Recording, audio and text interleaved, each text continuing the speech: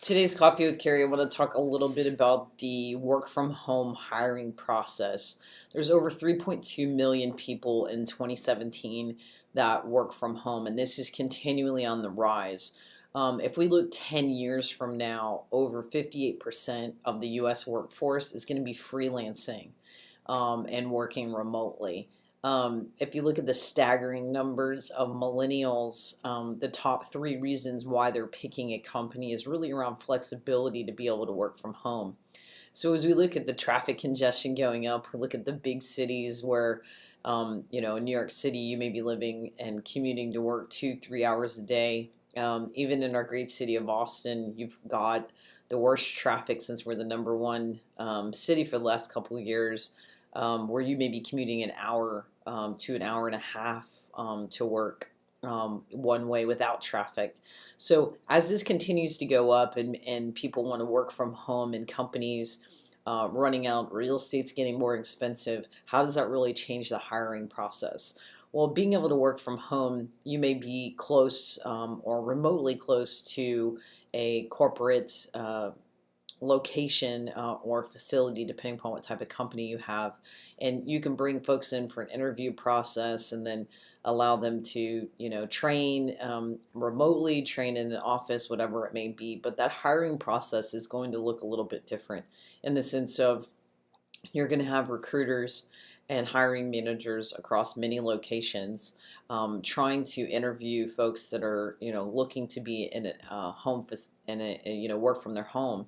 So the ability to use video screens and live video interviews to really relate that recruiter or that hiring manager to that person that's sitting from home, to see what they're going to their mannerisms, their excitement, really helps replace that phone screen and saves a lot of money on travel cost of going back and forth for that candidate, as well as that hiring manager if you're hiring in masses. You have a lot of people that are having job fairs from work from home, and they may have them in a centralized location, and they may be hiring work from home within a certain mile or radius of that location in case they have to come in once a month or they have to come in for training. Rather than having those folks come into that city or have to come into a physical location, you can use live video interviews to be able to do a virtual job fair. And what does a virtual job fair really mean? That means I might be a hiring manager sitting in Austin, Texas. I might have recruiters in Chicago, in New York, and San Francisco, hiring managers, and we all can get into a video queue, and we can make sure we let everybody know that we're going to be having a job fair tonight from 5 to 8 p.m. and that if you want, we can advertise that on our website, on whatever job boards that we use for whatever it may be, and we can all get into this queue and we can connect with the candidates, do a quick 5-7 minute video screen and ask a series of questions and really see live how on their feet they answer these questions, and take a survey, put in notes, and really rate this candidate. Then after we all do this remotely, we can pull a report and really see which candidates we rated the highest, who we want to do a more in-depth interview with. That in-depth interview, to really save cost and really get that fill rate as fast as possible, can then be a more intensive video interview that we can do just as if we were sitting across the desk from this person doing hiring.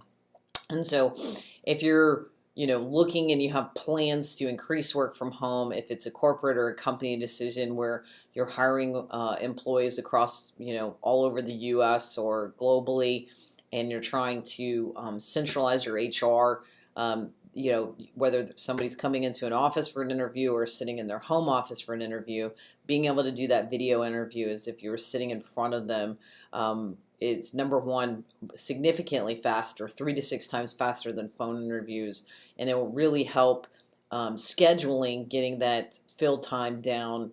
Typically, we see a reduction of 7 to 14 days. And with work from home, you can even see that sooner because it's much harder to schedule interviews for folks to come in. So really, if you're making a significant change in your company, if you're hiring more, even a few more work from home employees, if your call centers that you're maybe the entire workforce is going to be work from home, or BPO or something of that nature. A lot of insurance companies, mortgage, are going from work from home. Then you really should be looking at how to enhance this hiring process, not only just with that initial interview, but taking it all the way through. So video is used as a great communication tool. Once you make that hiring, that person may have questions to HR. It's much better to put an HR representative in front of them on video as if they were sitting in front of them, and being able to talk to supervisors, hiring, onboarding, one-on-ones. All of this can be done through the same technology to really keep that retention and to keep that employee at home engaged with their immediate supervisor, engaged with corporate services that a normal employee would get, to really make that successful. Companies that fail for work from home, really, the employee feels completely isolated and not engaged. And given all the millennials and Gen Zs that want to work from home, you really should be thinking on how do you make this process really work and keep that employee retention from A to Z. That's your today's Coffee with Carrie.